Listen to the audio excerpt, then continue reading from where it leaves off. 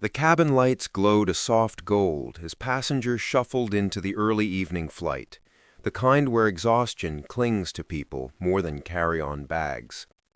In seat 2A sat a man no one noticed, because he chose to be the kind of man no one noticed. A navy sweatshirt, jeans, beat-up sneakers, and a quiet posture that suggested he had mastered the art of blending in. His name was Daniel Mercer, a man who looked like he worked in IT or maybe accounting, someone harmlessly invisible. But what the flight didn't know was that the ordinary man sitting peacefully by the window was the newly appointed CEO of Skylox Airlines, the very airline he was now flying on. The ink on the acquisition deal was barely dry. Only board members and attorneys knew the truth, and Daniel wanted it that way. Today, he just wanted to fly like a human being, not a headline. But peace is a luxury that doesn't last long on airplanes. Enter Vivian Langley, sharply dressed, sharply scented, sharply tempered, and loudly accustomed to getting what she wanted. She stormed down the aisle as though the carpet had personally offended her, heels stabbing the floor with every step. Her eyes locked on to Daniel the way a hawk spots a mouse. "You're in my seat," she declared, voice carrying like a loudspeaker. Daniel looked up, calm. "2A?" "Yes," she snapped, "and unless basic economy suddenly comes with windows, that's my seat. Move!" The surrounding passengers perked up like prairie dogs. A hook clicked into place. Daniel raised his boarding pass gently. "This is my seat." Vivian laughed, a short, cruel sound. "Sir, you don't look like someone who belongs in business class. Don't make this difficult." The racism wasn't shouted, it slithered, riding on tone and assumption. She turned to the flight attendant. "Can you please remove him? I paid a lot for this seat, and I'm not sitting next to people pretending they can afford it." The attendant's Mia checked the manifest twice. "Ma'am, he is assigned 2A. "Scoff! He must have been upgraded by mistake. Look at him! He's not Skylux material." A couple across the aisle exchanged uncomfortable glances. Daniel didn't flinch, but the way his jaw clenched, how his fingers tightened around the armrest, revealed a flicker of pain. He had spent years watching people judge him by the wrong things: clothes, shade, posture, silence. And still he had climbed, fought, built, and earned everything. He didn't come here to fight, but fate had brought someone eager to start one. Vivian leaned down, voice dripping venom. "Move, now, before I make this a problem for you." Daniel took a slow breath. "You already have." A ripple of tension crawled through the cabin. Mia gently said, "Ma'am, you're in 8C. Please take your—" "No!" Vivian barked. "This airline is a mess. Every flight gets worse. First you let people like him into premium cabins, and now you're telling me to move? I'll be speaking to corporate. They need to know how low their standards have gotten." Daniel closed his eyes briefly. The irony was almost painful, but he still didn't reveal who he was. Not yet. Let the truth hit at the right moment, because the moment was coming. And when it did, the plane would never forget it. The aircraft finished boarding, tension hanging thick like fog. Vivian spent the first 10 minutes of taxiing muttering insults about the airline, about the staff, about Daniel.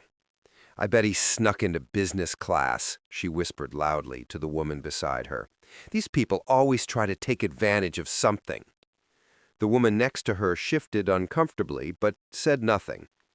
Daniel stared out the window, jaw set, breath steady. The flight attendant passed by with drinks, offering Daniel a glass of sparkling water. Vivian slapped her call button aggressively. "I need to speak to the captain," she demanded. Immediately. Daniel finally turned. Why? Because, she snapped, I want him to remove you from this section before takeoff. I'm not flying for 5 hours next to someone who doesn't belong here. Daniel's voice was quiet, controlled. You don't get to decide where people belong. Vivian rolled her eyes. Oh, please, some of us worked hard for the life we have. Daniel's lips twitched, not in amusement, in disbelief. Some of us did too. She scoffed again, dismissing him. The intercom pinged. Good evening, folks. This is Captain Rogers. Before we depart, I'd like to make a special announcement. Vivian perked up, smugly certain justice was coming. As many of you know, Skylux Airlines recently underwent a major leadership change, and we are honored to have someone important on this flight tonight. Murmurs filled the cabin. Vivian smiled triumphantly. Finally, she whispered, someone who can fix this mess. The captain continued. Please join me in welcoming our new CEO, Mr. Daniel Mercer, who is seated in business class. The plane went silent. Vivian froze. Her head turned slowly, mechanically, like a poorly oiled robot, toward Daniel. He met her wide, stunned eyes without a hint of triumph, only truth. You're the CEO? She croaked. He nodded. As of this week. Her face drained of color. I didn't know.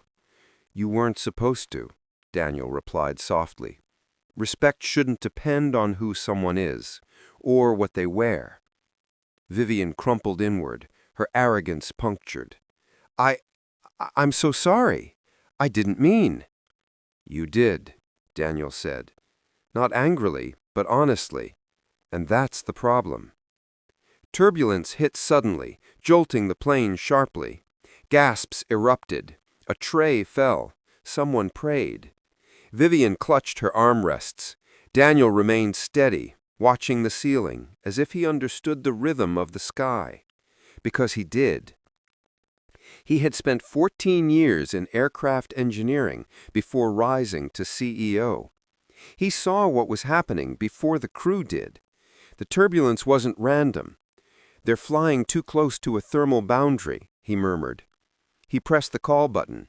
Mia, please let the captain know to shift 3 degrees west and drop altitude slightly. There's a pressure pocket ahead. Mia blinked. How do you... Trust me. She relayed the message. The captain adjusted. The turbulence calmed almost instantly. A wave of relieved sighs filled the cabin. When the lead attendant passed again, she whispered, The captain said thank you. Vivian stared at Daniel in stunned silence. The man she had belittled, the man she assumed didn't belong here, was the man who saved the plane from a rough ride, who ran the very airline she worshipped, who solved a problem without ever asking for credit. For the first time in years, she felt small in a way that had nothing to do with shame and everything to do with awakening. When the plane landed, passengers remained seated until the captain announced, We'd like Mr. Mercer to disembark first due to waiting press. Cameras flashed outside the jet bridge, reporters eager for a glimpse of the mysterious new CEO. Daniel stood, offering a polite nod to the crew. But before he left, he turned toward Vivian. She looked nothing like the fierce woman who boarded. Now she was quiet, reflective, maybe even broken open. Mr. Mercer, she whispered, I'm truly sorry. I judged you. I disrespected you. I was horrible. Daniel studied her, not with revenge, not with victory, but with honesty. I didn't want you to apologize because I'm the CEO, he said softly. I wanted you to understand that how you treat people matters, every time, even when no one is watching. Her throat tightened. I know, and I deserve to be called out publicly. No, Daniel replied gently. People grow from understanding, not humiliation. Vivian swallowed hard. He continued, remember this. Every seat, every row, every section is filled with a human being, and you never know what their story is. Tears welled in her eyes. Thank you for teaching me without destroying me. Daniel nodded once. Take care, Miss Langley. He stepped off the plane into the lights, microphones, executives waiting with nervous anticipation. Passengers whispered in awe, watching him walk toward a future he had earned without ever needing to prove himself to the strangers who doubted him. Slowly the plane emptied, and somewhere between seat 2A and the exit, Vivian Langley finally understood that titles don't determine worth. Humanity does. If this story made you feel something, anger, shock, satisfaction, or hope, don't let that emotion disappear. Stories like this matter because they reveal something powerful about the world. Too many people judge others instantly, carelessly, and unfairly. Sometimes it's based on clothes, sometimes it's race, sometimes it's silence, and sometimes it's because they've built their lives assuming they're above others. Stories like Daniel's remind us how wrong those assumptions can be. So I want to hear from you. What part of the story hit you hardest? Was it when Vivian dismissed him because he didn't look wealthy? When the captain revealed the truth? When Daniel stabilized the plane? Or when he chose compassion over humiliation? Your comment matters. It becomes part of the lesson this story teaches. It becomes the reminder that we all need to pause before judging, to think before assuming, to remember that everyone has a story we know nothing about. Share this video if you believe more people need to see this message. Someone out there needs this wake-up call today. And if you want more powerful, emotional, truth-filled stories that expose unfairness, reveal hidden strength, and celebrate humanity at its best, then subscribe. This channel is built to challenge assumptions, spark conversations, and inspire real change. Hit like, leave a comment, share this story with someone who needs it, and subscribe for more. Let's change the way people treat each other, one story at a time.